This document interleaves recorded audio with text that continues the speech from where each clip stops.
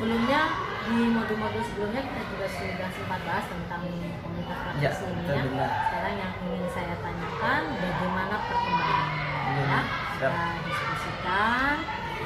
Kalau nggak salah dulu masalah komunitas praktisi ini ada di lokakannya kedua ya. Ya betul. Oke, sekarang saya ingin tanyakan bagaimana sih kelanjutan ceritanya atau perkembangannya.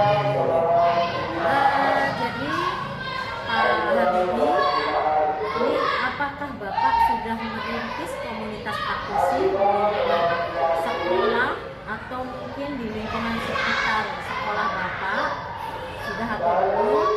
Kalau sudah, bagaimana peran komunitas ini terhadap proses pembelajaran Bapak di sekolah? Baik, Bunda, terima kasih. Terkait tentang praktisi ini, kami bersama teman-teman di sini mencoba membuat satu komunitas, yaitu komunitas guru kelas 6 di Sulawesi Utara, terutama karena kami itu kelasnya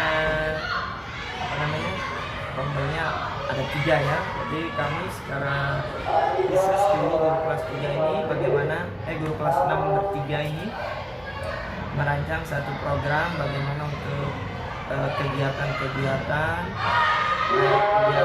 seharian, mingguan, bulanan, bahkan sampai satu semester bahkan 1 tahun itu kami rancang dengan matang sehingga proses pembelajaran di kelas berjalan dengan lebih maksimal. Ini ke depan, soalnya nanti kita akan kembangkan Bunda ke sekolah-sekolah satu bungkus yang dekat-dekat dengan sini. Kami akan mengajak guru-guru kelas 6 yang satu bungkus ini agar sekolah ini supaya kami berada di satu wadah, sehingga kami nanti gampang saling berbagi pengalaman baik di kelas kepada komunitas ini, sehingga nanti bisa kita tularkan. Jadinya apa kelebihan dari situ bisa diambil di sekolah lain, begitu juga sebaliknya setuju bisa mengambil kelebihan baik yang ada di sekolah. Kan itu ke depan biasa. Jadi intinya Bapak sudah merintis ya di sekolah Bapak ya, terkait dengan komunitas praktisi yang sudah kita bahas pada saat prakarya dulu ya.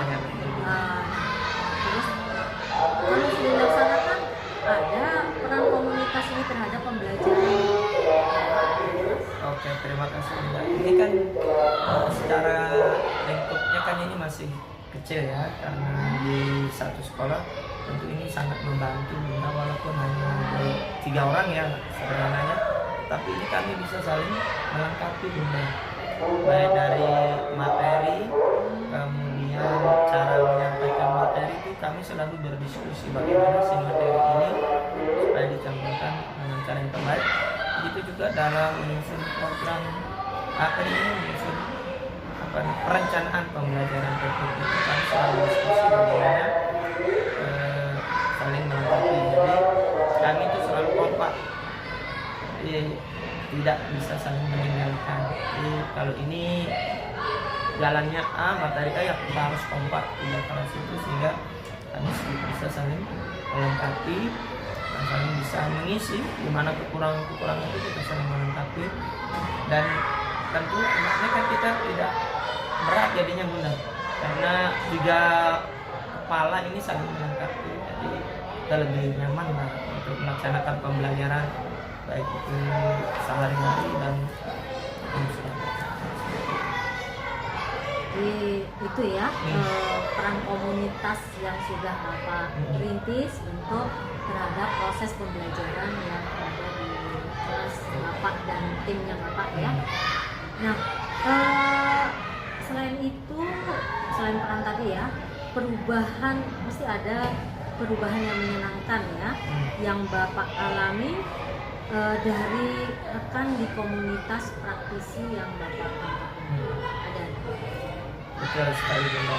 Perubahan yang dirasakan ini karena kami coba berkolaborasi dan teman-teman, karena kami tukeran mengajar Bunda. Jadi supaya anak-anak itu kesannya tidak bosan dan mereka itu sangat antusias menunggu siapa sih yang mau mengajar ini Pak Guru gitu kan. Sehingga ini sesuatu yang baru dan saya dan anak-anak sangat menikmati itu. Mereka senang, tidak hanya dilihat mukanya orang satu atau ibu gurunya, tetapi kita rolling kadang-kadang, sehingga mereka juga sangat senang. Dan kami juga artinya tidak menemukan siswa yang itu saja. Kami bisa belajar dari karakter murid yang lain juga, benar, sehingga cara menghadapinya pun tentu berbeda kan, sehingga itu menambah pengetahuan dan pengalaman kami ke sana. Luar biasa. Jadi memang itu ada beberapa peristiwa yang menyenangkan ya.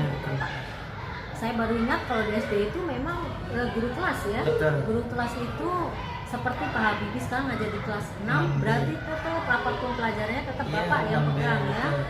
Iya, lain dengan kami yang di SMP atau di SMA, jadi itu memang berganti-ganti gurunya ya, tapi permapel. Wajar ya dengan Bapak membentuk tim seperti ini, mereka jadi senang seperti yang Bapak katakan tadi, bisa ya.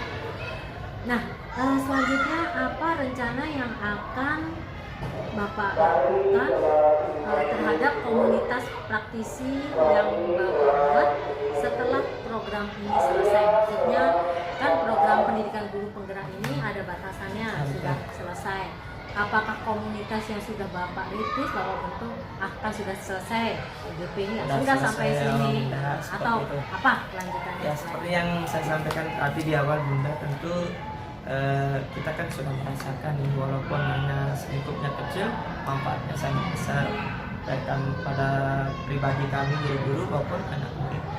Mungkin ke depan dan harus kita laksanakan ini, nanti coba kita komunikasikan dengan kepala sekolah baik dari satu jurus ini, supaya komunitas guru kelas anak ini dikembangkan bukan hanya di sekolah kita tapi juga sekolah-sekolah lain, sehingga nanti manfaatnya itu lebih besar kalau kita garapnya bersama-sama lagi. Mungkin kalau 6 sekolah paling tidak kan nanti ada 20 guru, ada 20 guru kepala ini akan berkolaborasi menciptakan pembelajaran yang unik, menarik, tentu itu sangat mungkin dan mungkin bisa kita kembangkan ke lingkup yang lebih luas kan.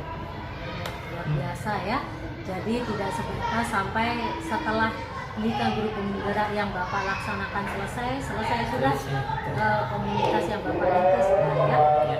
Nah, kalau begitu apa dukungan yang Bapak perlukan untuk komunitas praktisi yang Bapak bentuk itu tadi agar bisa terus belajar bersama?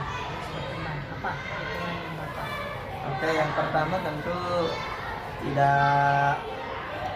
memang tidak bisa lepas juga dari pimpinan ya, kepala sekolah, bagaimana supaya kita juga didukung baik secara moral juga finansial juga kan, karena setiap kegiatan juga memerlukan dana. Tentu mungkin dana dari bos tentu kita harapkan, karena ini untuk meningkatkan kemampuan guru ya, jadi pengembangan kemampuan guru secara berkelanjutan.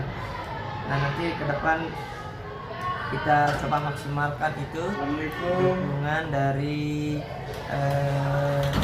kepala sekolah, dari 6 kepala sekolah ini kita ada dukungan secara maksimal sehingga komunitas ini dapat berjalan lebih baik dan memberi manfaat yang lebih baik, lebih banyak terhadap murid-murid di 6 sekolah. Begitu Bisa ya. Jadi itu perkembangan komunitas praktisi yang sudah Bapak laksanakan. Ternyata syukur bisa dikembangkan dan Bapak betul-betul serius untuk melanjutkan apa yang sudah diprogramkan, yang sudah kita diskusikan pada saat Lokakarya 2 lalu. Saya kira sebatas diskusi Lokakarya 2 ya sudah selesai diskusi, terus setelah itu tidak tidak dijalankan. Ternyata luar biasa Pak Habibie ini sudah dibentuk, bahkan mau dikembangkan lagi ya. Oke, terima kasih Pak Habibie tentang apa yang sudah Bapak ceritakan tentang perkembangan komunitas praktisi yang sudah Bapak rintis. Baik, selanjutnya nanti saya akan coba dialog dengan Bapak terkait dengan pasca observasi. Terima kasih.